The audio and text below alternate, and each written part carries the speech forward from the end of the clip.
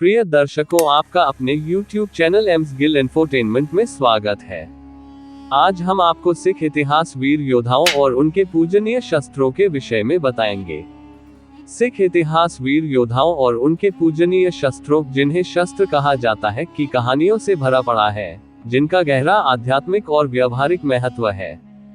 ये शस्त्र ईश्वरीय सुरक्षा और अन्याय के विरुद्ध लड़ने के कर्तव्य के प्रतीक है। प्रमुख सिख शस्त्र और कहानियां इस प्रकार हैं। कृपाण तलवार खंजर। कृपाण उन 5 धार्मिक वस्तुओं में से एक है, जिन्हें प्रत्येक बपतिस्मा प्राप्त सिख खालसा को हर समय धारण करना चाहिए।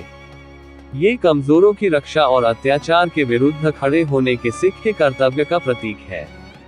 ये कभी भी आक्रमण के लिए नहीं, बल्कि आत्मरक्षा और दूसरों की रक्षा के लिए होता है।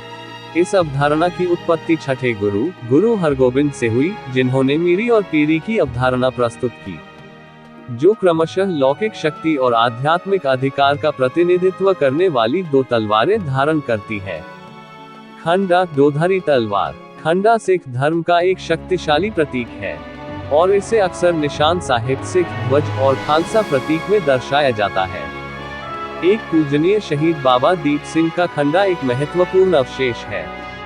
ऐतिहासिक वृतांतों के अनुसार अमृतसर में मुगलों के खिलाफ युद्ध में प्राणघातक रूप से घायल होने और सिर कट जाने के बाद भी बाबा दीप सिंह अपना खंडा थामे स्वर्ण मंदिर की परिधि तक पहुंचने तक लड़ते रहे। चक्कर फेंकने वाला शस्त्र। ये नुकीला लोहे का छल्ला विशेष रूप से निहंग सिखों, एक योद्धा संप्रदाय का पसंदीदा हथियार था। योद्धा अक्सर अपनी पगड़ियों के चारों ओर कई चक्कर बांधते थे। ब्रिटिश कलाकारों और इतिहासकारों ने आंग्ल सिख युद्धों के दौरान करीबी युद्ध में इस हथियार के इस्तेमाल को इसके द्वारा पहुंचाए गए भयानक घावों के लिए नोट किया है। सैफ दोधारी सीधी तलवार एक प्राचीन और ऐतिहासिक रूप से महत्वपूर्ण हथियार। सैफ, जो लगभग 1300 साल पुराना माना जाता है, मुगल सम्राट बहादुर शाह प्रथम द्वारा 10वें सिख गुरु गोबिंद सिंह को भेंट किया गया था। ये तलवार अब पंजाब के आनंदपुर साहिब स्थित तख्त श्री केशगढ़ साहिब में संरक्षित और प्रदर्शित है। जमजमा तोप। यह विशाल तोप, जिसे भनगी टॉप के नाम से भी जाना जाता है, ने 18वीं शताब्दी के सिख इतिहास में महत्वपूर्ण भूमिका निभाई। मूल रूप से दुर्रानी साम्राज्य के लिए ढाली गई, इसे भंगी मिसल संघ ने अपने अधीन कर लिया, और बाद में ये सिख साम्राज्य के संस्थापक महाराजा रणजीत सिंह के कब्जे में आ गई, जिन्होंने मुल्तान की घेराबंदी सहित कई अभियानों में इसका इस्तेमाल किया। गुरु गोबिंद सिंह जी के हथियार में नागरनी बर्चा, एक भाला जो सांप जैसा दिखता था।